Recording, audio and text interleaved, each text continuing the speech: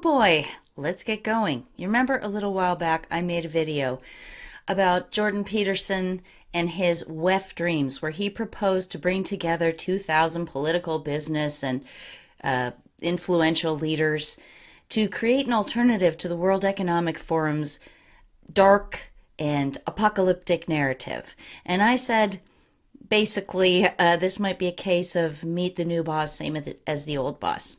Remember that? It was this video here. Well, last week they made the big announcement. They've christened this thing. It is a go.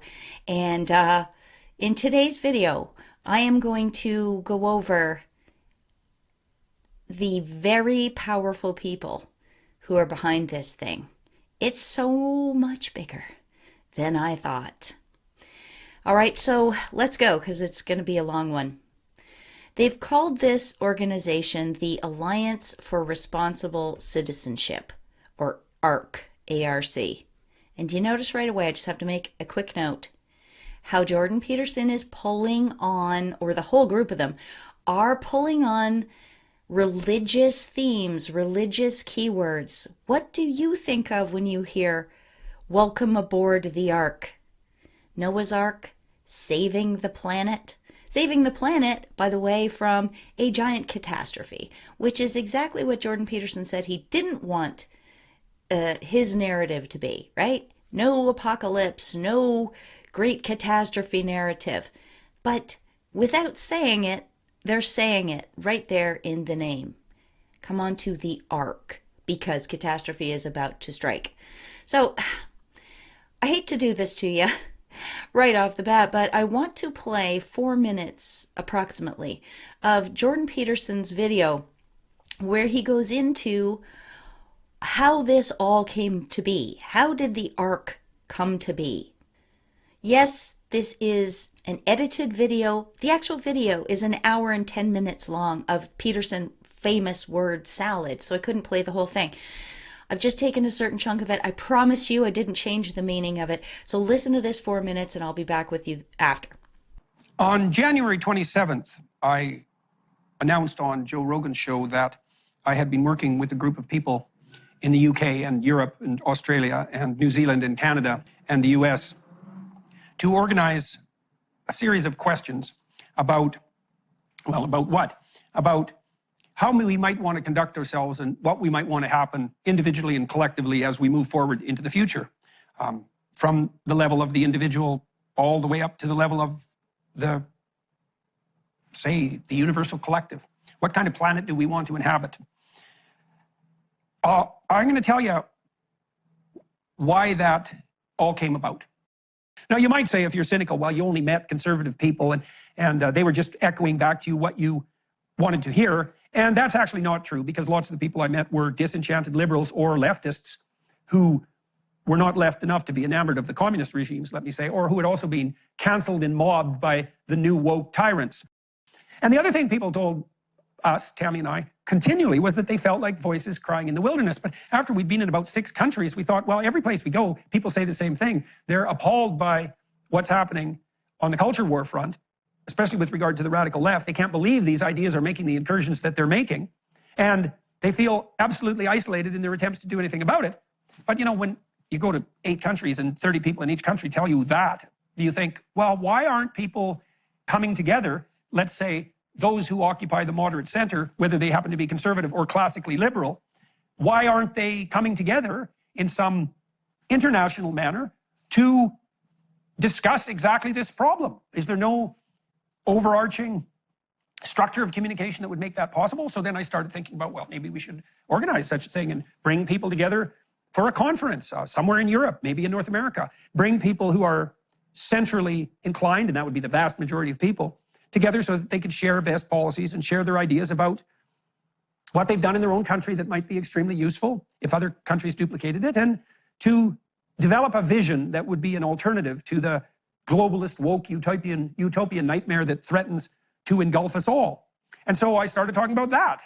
Everywhere we went, virtually everyone, virtually without exception, from across the political spectrum said, we really need something like that.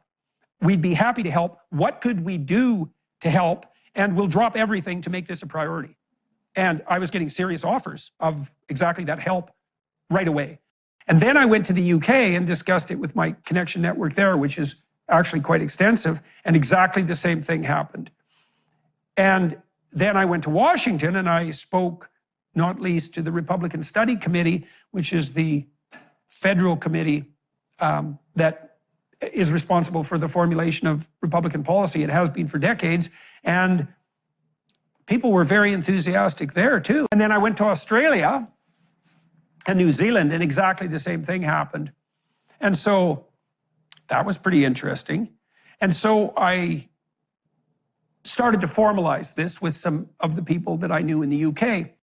And I had been working with people on the free speech front in the UK, so that seemed promising. And I sat together with a number of people, all of whom are going to announce their participation in this project very soon, on their own time and in their own voice.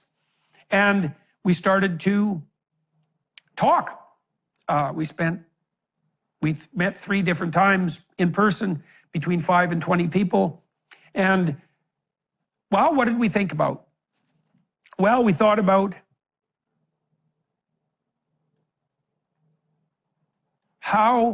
what we would like to have happen on the international front if we could have what would be best. And not what we think is best, but what would be best, even how to construe what would be best. I don't know about you, but what I got out of that was that it was organic. Petersen just talked to all these people as he was on tour for his promotional tour, and they all were saying the same thing. And then he just came up with this idea, why don't we all get together? And then boom, boom, boom, everyone jumped on board really fast. And he has a lot of connections in the UK. He doesn't say who those are, though, does he? I have my doubts about whether Petersen really came up with this way. And I'm going to share with you what he didn't. I'm going to share with you who I think his connections were that actually put this thing together in the first place. Okay? So let's go. The first thing I did was looked at the ARC's new website, and here's their organizing committee. Sorry it's so messy. I wanted to jam them all on one page. Now, there are a lot of questionable characters on here. They're not so much questionable characters. They're just people who I think prove the point that this is meet the new boss, same as the old boss. There's Bjorn Lomborg, as I predicted, and he still believes in man-made climate change and thinks we need to do something about it.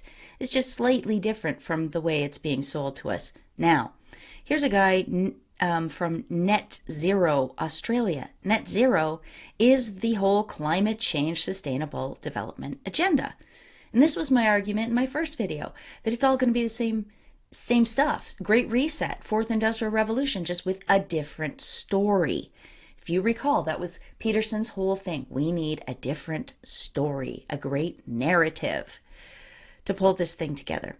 All right, and there's someone here building a digital city with crypto, but it's a real city, so doesn't that sound like smart cities to you? Here's a guy from Robo Global. You can imagine what that is. There's Dan Crenshaw, who was a World Economic Forum young global leader. And there's tons more. There's 2 former prime ministers of Australia, Tony Abbott and John Howard, and a deputy PM from Australia. Lots of these people actually are from Australia. But what really caught my eye was the repetition of people from an organization called Legatum. Legatum, Legatum, Legatum. And at first I thought Paul Marshall was from Legatum, because when you look up Legatum, his name comes up a lot. But he's not. However, he is very deeply involved with this. His son is also on the organizing committee of ARC. His name is Winston Marshall, and he is in the band Mumford and Sons.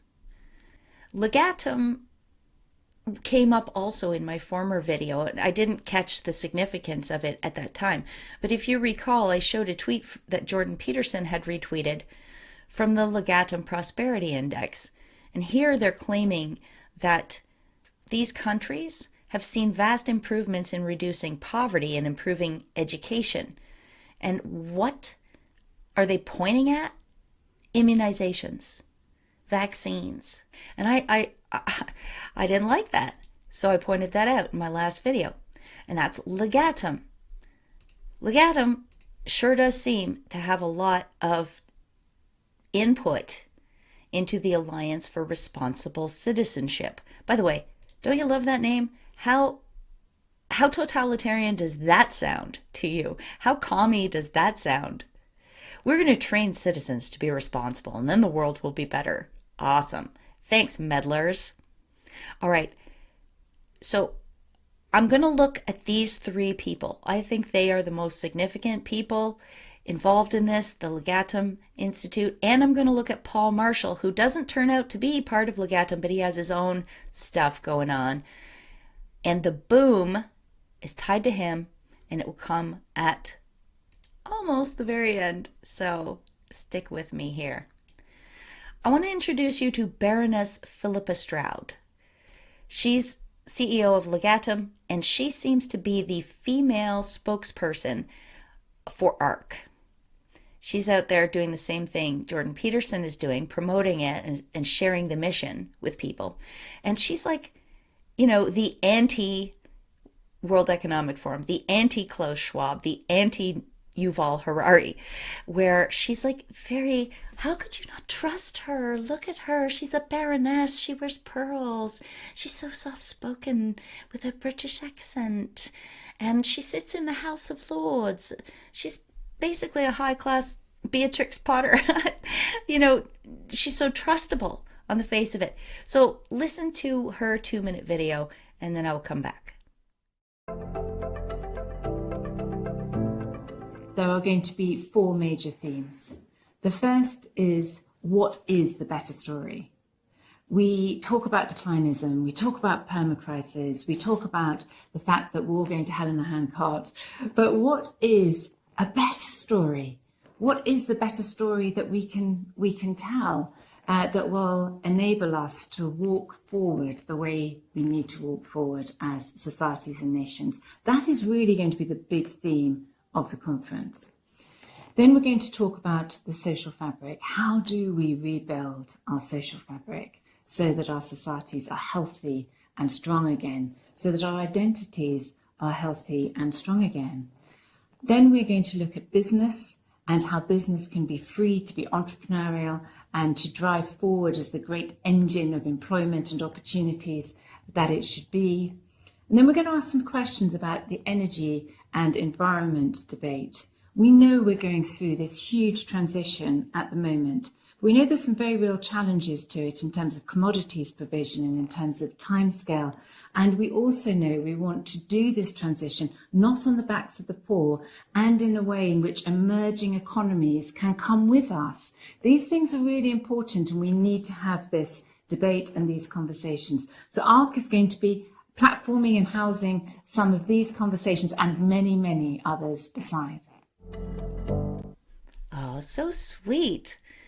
Didn't you think? She was very skilled at avoiding using the same words that the World Economic Forum or the UN uses. Very skilled.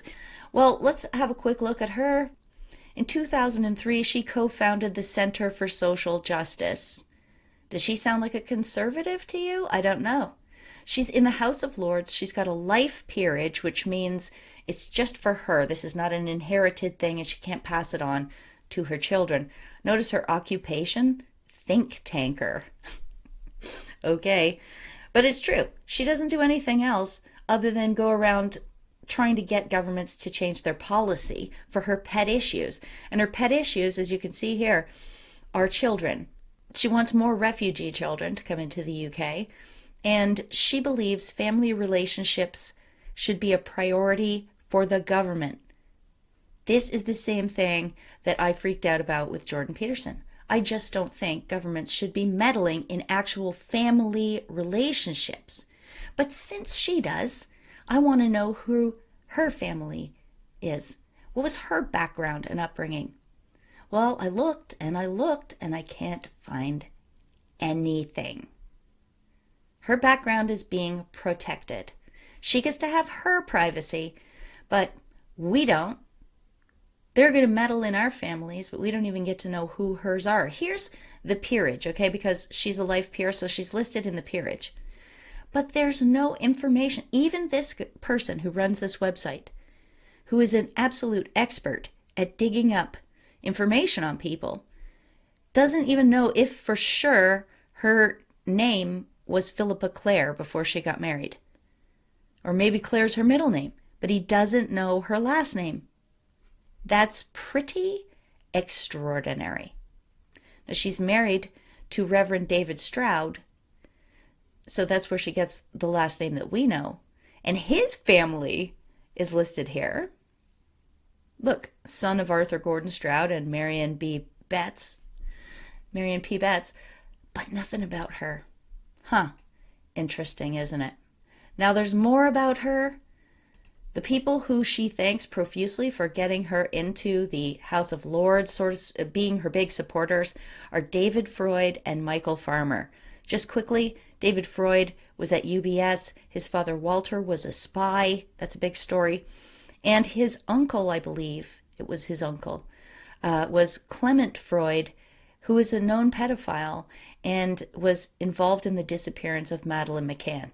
Just to be clear, I'm not saying he disappeared Madeleine McCann. Nobody knows.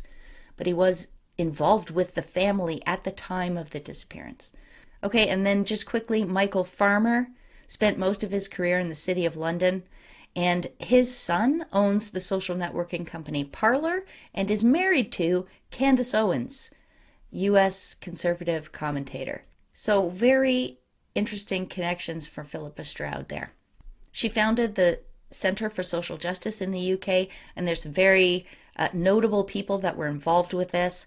But I just want to point out to Kevin Tebbit, and he was the former director of GCHQ. This is the British intelligence agency. And then Paul Marshall. There's Paul Marshall again, who isn't part of Legatum, but keeps coming up every time I turn over a rock when looking at this. All right, so Legatum. Philippa Stroud is the CEO of this organization, the Legatum Institute. The Legatum Institute is the philanthropic arm of a massive investment fund called Legatum, or Legatum Capital. Here's a little bit about the company. Look at their website. Our ambition is to improve people's lives by increasing prosperity around the world. Yeah, of course. Of course it is. Legatum is a global firm with a portfolio of investments across different sectors. Blah, blah, blah. We want to make the world better. These guys all make me sick. Legatum Capital invests in listed and private businesses with a focus on the consumer, technology, and finance sectors. Yeah, really sounds like they're into making the world a better place. What they're doing is using their money to make the world work for their investments. That's what it really always comes down to. And I should say, we do need powerful people with money on our side to push back against what's happening in our world. But these guys are positioning this like we're going to push back against the woke stuff. But do they want to push back against the fourth industrial revolution, great reset, techno-fascist, digital gulag that's coming down the pipe? I don't think so. I really don't. I think everybody is so highly invested in that they have to make it happen. They just want to be the leaders. They want to be the winners. And right now, a whole other group of funds and companies is reaping more rewards than they are. Okay? So in other words, what I think is happening here is ARC is going to be a massive PR push, a cover for the stuff that's going on in the background. That's what I think. In order for the cover to be effective, you need to get your message out there somehow. You need to get your people in front of the public face. And so what you do is you invest in television networks and social media. Something that Legatum plus Paul Marshall, again, did when they founded GB News. It says it was created in September 2020 by Dubai-based fund Legatum and British hedge fund manager Paul Marshall. So there's one thing. Who else is involved in Legatum? We've got Mark Stolzen, Alan McCormick, Christopher Chandler, and Philip Vasiliou. These are the 4 founders of Legatum. But today, I'm only going to really be looking at these 2. There may be threads to pull with these other 2, but forgive me, everything can't fit into just one video. Before Christopher Chandler founded Legatum, along with those other 3 people, he and his brother, Richard Chandler, had another fund called the Sovereign Fund. And they started that after their family sold a high-end department store. They took that money and what did they do? They went to Russia in the 1990s and 2000s and participated in the bonanza that happened when Russia changed from a communist to a free market economy. So many shady characters ran in there at that time and made money. That's a story for another day. These guys were just another one of them. Apparently, they had a 4% stake at one time in the Russian state-owned company Gazprom. And if you haven't noticed, Gazprom, the ownership of that thing has created so many troubles for the rest of the world ever since. It says that Legatum, the Legatum Institute, their charitable arm, focuses on 3 core areas of philanthropic investment: development, entrepreneurship, and policy innovation. What do you think that is? Why, to me, that's a euphemism for controlling government policies which impact their investments. Just a tiny bit more about the Chandler brothers. Chandler brothers split up their interests in 2006. That was that sovereign global investment. So Christopher took half and Richard took half. Christopher made Legatum and the Legatum Institute for his non-profit side. And Richard made Claremont and then Chandler Philanthropies for his nonprofit side. And just to briefly show you what might lie beneath Richard Chandler, the Chandler Foundation and the Chandler Institute of Governance is sponsored by all of these characters and probably more. Look what you've got right in the middle. USAID. You've got Rockefellers. You've got the World Bank. And in November 2017, Richard Chandler was invited to be a core partner in Co-Impact, a new global model for collaborative philanthropy and social change. Other core partners include Bill and Melinda Gates, Jeff Skoll, and then the Rockefeller Foundation. One more article here from 2018, the Chandler Brothers, the greatest investors you've never heard of. And that's just it, isn't it? You ever heard of these guys? I hadn't heard of these guys until I started looking at Jordan Peterson's promised new arc to save humanity. Well, it's largely bankrolled by these guys. Okay, so that was Christopher Chandler. And now I want to look at Alan McCormick. I want to, but I really can't. This is all I can find about Alan McCormick. That he started his career as a vice president of marketing for JP Morgan. Well, I doubt he started there, but that's where he spent a long time, at JP Morgan. And that he's a partner at Legatum. Alan, along with his partners, has driven the incubation of much of Legatum's social investment portfolio, where he also plays a governance role for organizations including the End Fund, Freedom Fund, Luminous Fund, and the Legatum Center for Entrepreneurship at MIT. Yeah, I'll show you right now. Those are actually all Legatum philanthropies. Everything I just read. But that website makes it sound like they're not. Here they are. This is right from their website, talking about all of the funds that I just mentioned.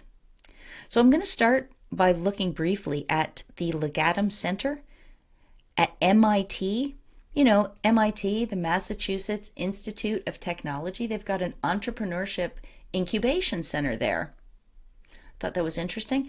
The first thing you should know about that is that their partner, their supporter in that effort is the MasterCard Foundation. They are so big in deplatforming people, having people debanked. They're partnered with George Soros in Humanity Ventures, which was all about getting money to refugees. Anyway, it's a whole big story. Let me not get distracted. Let's go back to Legatum. All right, so this is the Legatum Center at MIT's tweets. Ready to take your tech innovations to the next level? And kicking off the Brain Boot Camp in Tunisia. Blah, blah, blah. So it really looks like it's high-tech stuff. And here's their entrepreneurs page. I just draw your attention. This first one says she's doing something with tourism and entertainment. I looked at it. She's training people on theater productions. Not very high tech. Don't know why MIT is involved in this, but there you go. This guy, Ali El Shalakani, is doing something with private equity and microfinance. So just venture funds invest in funds that make funds. You notice this? It's an endless well. This guy is also doing financial services. Oh, I'm going to mention him later because what it ends up being is an app for insurance in Botswana. You know why?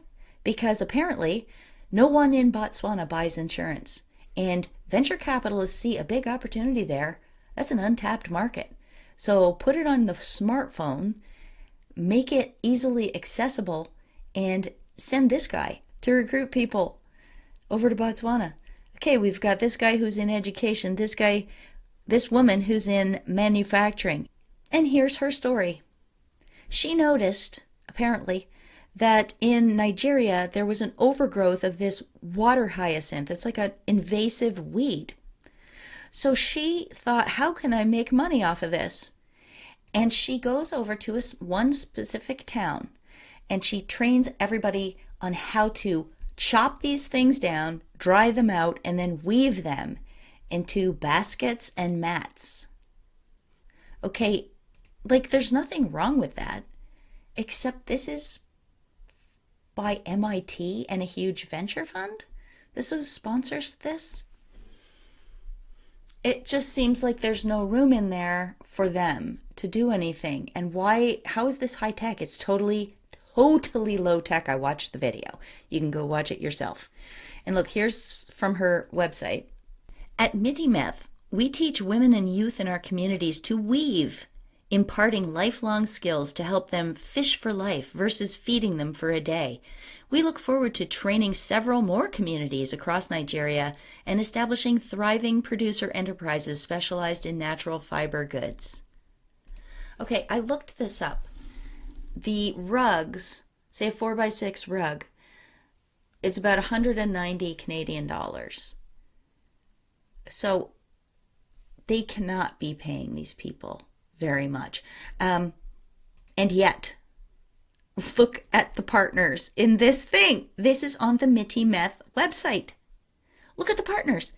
TED, CNBC, CNN, BBC, United Nations, Standard Chartered Insurance, and then so many more that I don't know what they are. I don't know everything. Oh yeah, and also you get the UN Development Program here. I mean, what's going on here? She talks about the training, and they have partners. Look, public and private partners who have supported the training. Is this what they mean when they say we're educating and training women and youth? They're teaching them how to weave. I mean, do you imagine that back when we had actual slaves instead of this kind of slave where they make very, very little money, but they're working all day? Do you imagine they had to train those guys too? When they brought people and put them on plantations, they probably had to train them a little bit, you know? All right, so that, unbelievably, was the Legatum Center for Development and Entrepreneurship at Massachusetts Institute of Technology. That's that. And now I want to show you the End Fund. You click on their website. This is what comes up. The old one-eye symbolism splashed across the whole entire thing. Whoa. Okay, moving on for people who don't care about that sort of thing. The End Fund is all about fighting neglected and tropical diseases. I won't get into all of this, but here's one of the things they did to try and fundraise. Just listen. 2017 was the year in which the End Fund started organizing an exciting new adventure, our race to see the end Victoria Falls. We strive to create opportunities for everyone to contribute to ending NTDs, neglected tropical diseases. while leveraging their passions and interests. In this case, runners, joggers, and end fund enthusiasts, come on, raised funds and awareness for NTDs, and following the race, were able to see the programs they were advocating for by visiting an NDA focused on deworming children at a local school. I mean, I don't need, come on. I find that unbelievably repulsive. Can you imagine? Oh, come along, Bridget. We're going to see the children get dewormed. Ha ha ha. That was such a fun marathon. I hope I have an appetite after I see those children. But this is much better than just going to a charity ball, wouldn't you say, Bridget? I don't know. I should delete that. I should edit that out. Who supports the End Fund? Who are their partners? Let's see. Bill Gates, Rothschild, Saudi Prince Al Walid, UBS, Virgin, which is Richard Branson, the Mormon Church, Good Ventures, Cargill, Vice, UK Aid, and the Children's Investment Fund Foundation. Look, I'm familiar with almost all of these from the work I've already done. I'm sorry if you're not, but look, these are, it's bad, okay? It's all the usual suspects, minus a couple. The End Fund made a pitch at Davos in 2017, so yeah, they're not above that. And they were proud to say that some of the people they talked to there were Sanofi and Merck, two gigantic pharma companies. I could go on because I know so much. All right, moving on to their next thing, which is the Freedom Fund. This is an anti-slavery organization. I just want to point out some things from their 2021 report. On page 5, they have this great big picture, and in this text at the bottom here, it says, Free-Alem did not believe it was possible to work and make a living in her home country of Ethiopia. She migrated to Lebanon for employment as a domestic worker, where her employers withheld her resident card and salary. As a returning survivor, she was supported with housing counseling and skills training. Yachi, I wonder if they taught her to weave. Well, I know what she got taught. The training was to raise chickens. Today she owns a growing poultry business. Now, chances are before Free-Alem left Ethiopia for Lebanon, which is in the Middle East, chances are she already had some chickens and she just, had a scrabbly life. Maybe she sells a few eggs here and there now. She's so much better off now that she's overseen by these people in their system. But the irony, the reason I showed you that is because on page 11 of this same report, they tout this as one of their big achievements. In Ethiopia, our partners played a leading role in successfully advocating for the removal of the minimum educational requirements for legal migration to the Middle East. This means that women without a grade 8 certificate no longer need to resort to unsafe, unregulated routes when seeking domestic work overseas. Free-Alem migrated to the Middle East and ended up screwed. I don't know whether she had the minimum educational requirements for it, but how does making people who are less equipped, less understanding, less worldly, couldn't read maybe, how does that prevent situations like she found herself in? If only the people who went to work in basically indentured servitude in the Middle East had less education, then they might not be able to find their way out of it like she did. I don't know, it just seems backwards to me. And that's an achievement of Legatum's Freedom Fund anti-slavery thing. And I got one more for you, sorry, I can't resist. On page 12, there's this paragraph.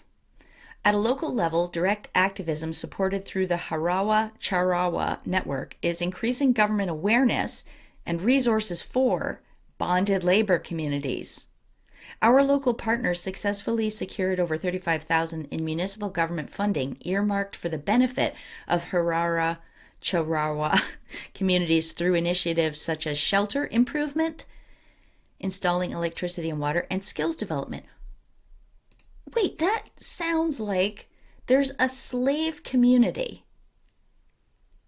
And instead of fighting to get it out of there, They just got the government to make it a little nicer for the people. And again, maybe that's a good thing. I don't know, but it sounds kind of like, well, we really like having these bonded labor people. It's very cheap labor, but they're not doing so well. Let's get the government to pay for electricity and water for them and train them up. I see. And look, there's more examples of this, but I won't get into them. And remember that one of Legatum Institute's main thrusts is policy innovation. Well, there's an example of it right there. That's some of their policy innovation. So are you getting the picture that Jordan Peterson's ARC is just another group of predatory people wanting to make money? Okay, finally, remember, Paul Marshall. Yes, he's definitely part of ARC. He's listed here as one of the business leaders. And oh, wouldn't you know, he's Sir Paul Marshall. Sir Paul Marshall. This guy's name came up in relation to so many things that I thought, let's pull the threads on him. Now, when I Googled to find out more about him, this interesting article came up. It's from November 2017, and they're talking about how Legatum was heavily involved in Brexit, especially their prosperity index thing. And further down in the article, they say, Legatum has received funding from British Brexit backers, including major city figures. In 2015, prominent pro-Brexit hedge fund manager Sir Paul Marshall bankrolled a 12-month research program entitled A Vision for Capitalism. The program was run by conservative commentator Tim Montgomery and launched by then-Chancellor George Osborne. Montgomery is now editor of Unheard, a website backed by Marshall. Okay, so GB News, Unheard, and those two names, Montgomery and George Osborne. That's interesting, but the thing that really caught my attention was this. A spokesperson for Marshall said the multimillionaire investor no longer funded Legatum. Paul co-chairs with Lord Hill something called Prosperity UK, which a group of us put together to bring Remainers and Leavers together to implement Brexit constructively. Legatum were one of the partners of the first conference. That might be why people think he has supported their Brexit work, but they were helping him rather than the other way around. Okay, I really don't care who was helping who. All I care about is that they were linked there and that Paul had this fund called Prosperity UK. So I thought to myself, I want to find out what this is. And I go to Companies House, which is a listing of all the corporations and nonprofits and everything that operate in Britain. All their officers, all their filings. It's a great site. And Canada used to have something similar, but Justin Trudeau made it crap and it hardly works. Anyway, so I go to Companies House, or the government website for this, and I think to myself, wait, I should look up the Alliance for Responsible Citizenship. I should look up ARC, because they've announced it, they've got a website, it's all set to go. It should be registered there, okay? This was unbelievable. This was a mind blower. Check this out.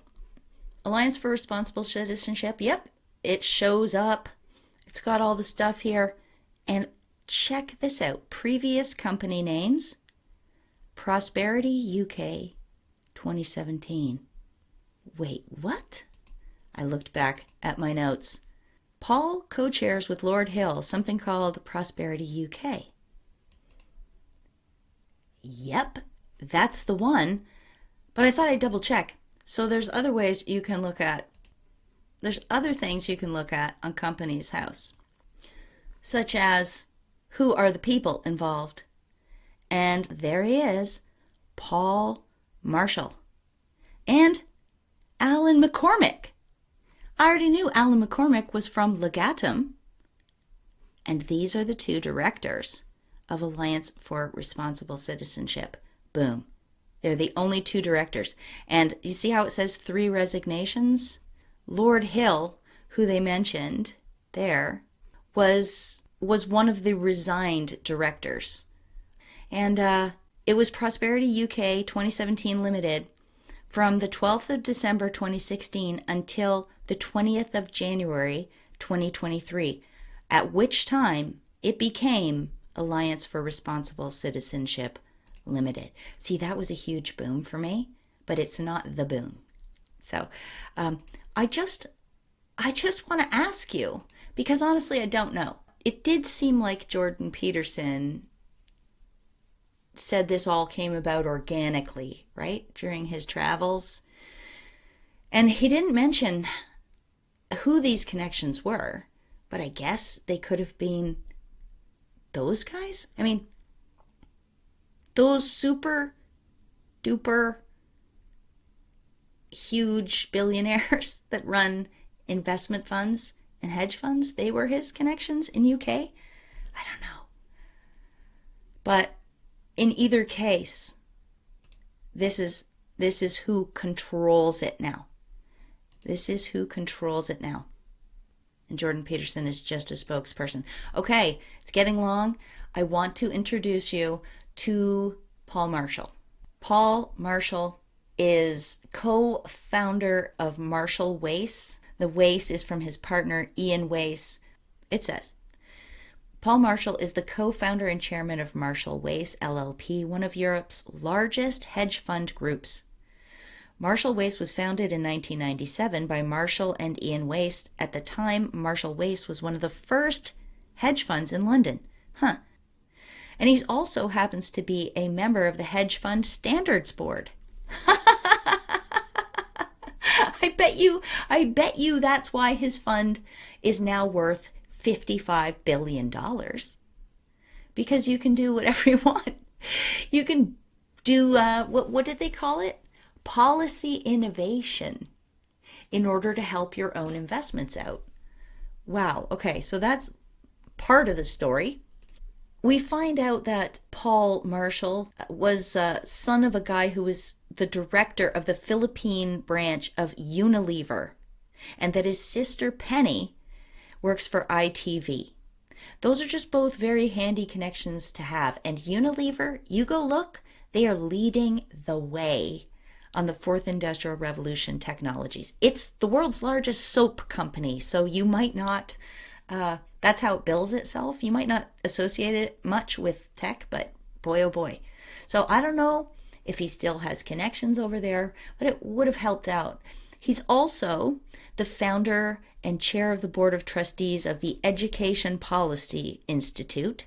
He's founder and trustee of ARC and chairman of ARC Schools, one of Britain's leading providers of academies, and played a pioneering role in developing new programs for inner city education. That's probably because he was appointed lead non-executive director at the Department of Education, UK government, in 2013.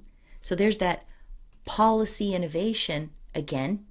He has given far more, by the way, than 30 million to the London School of Economics to establish the Marshall Institute for Philanthropy and Social Entrepreneurship. I mean, that is such a massive thing. It's a huge boom because the London School of Economics was set up by Fabians, members of the Fabian Society, and it is still on its long march to change the world into its socialist vision. It's huge, and he has a building and a whole department named after him there. And of course, he was knighted. He is Sir Paul Marshall now. So this guy is highly, highly influential. All right, you ready for the boom? Paul Marshall and Ian Wace, they just out of the blue, like they'd been working at banks, but they just out of the blue decided to start up a hedge fund, one of Britain's first hedge funds in 1997. And somehow they set it up with $50 million. Where did they get that money? Where do you think? One of our favorite villains, the guy who broke the Bank of England, Mr. George Soros. Here's 2 articles for reference for you. They started with $25 million backing from George Soros and another $25 million from family and friends. And this one says, They started with 50 million, half of which was from George Soros. George Soros, in 1997, gives two unknowns $25 million to start Britain's first hedge fund. Today, Marshall Wace is worth over $55 billion. Marshall, at least, is using his wealth to fund social engineering projects and influence government policy. Do you think Soros has any sway in all of this?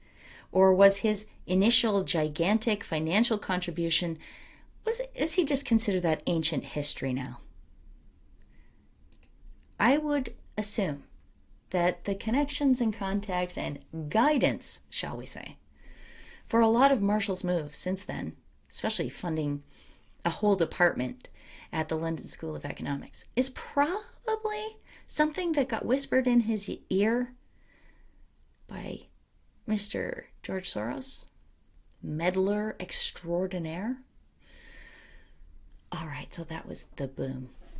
Well, for the wrap up, I want to subject you to 1 or 2 more minutes from Jordan Petersen, that same speech where he's introducing the ark. He says something that I find almost unbelievable. If I were the editor, I would have cut it out. But I'm not. So we all get to see it. So here it is. Refusing to accept in principle the notion that everything is such an emergency that all the power should be ceded to a centralized committee to save the planet, let's say. It's like, yeah, we don't buy that. We'd rather rank order the problems and address them like wise and calm people. And wise people remain calm even in a crisis. And they certainly don't use the crisis to leverage their own grip on power. You know, never let a crisis go to waste. It's like, yeah, that's especially true if you're trying to clamber up the power hierarchy and take all the control for yourself. We're not interested in that. You know, probably we're interested in that to the degree that we're all still unrepentant narcissists, you know, and everybody's got a little bit of that in them. But I tried to gather people around the table who were sensible enough not to want that. Well, maybe they do want to climb the hierarchy of power and run the world, he says. Maybe they do. Yeah. Well, given what I've shown you today, do you think so? Do you think their intentions are pure? I really don't know whether this is a good thing or a bad thing. But what I do know is the venture funds themselves, the investment funds themselves, they are purely bad. Welcome aboard the Ark. All right, everybody. This was a long one. Thanks for being here. Please go to my website, amazingpolly.net, if you haven't. And you can make a contribution to me there, either through an online payment form or through my P.O. box. I love getting letters. Please leave a thumbs up for this video. Please comment below. Please subscribe if you haven't. And share it. Share it around, because I am so banned everywhere. And this probably will not win me any more friends or influence any more people to come over to my side. Not ones that own big hedge funds anyway. Okay. All right, everybody. Until next time.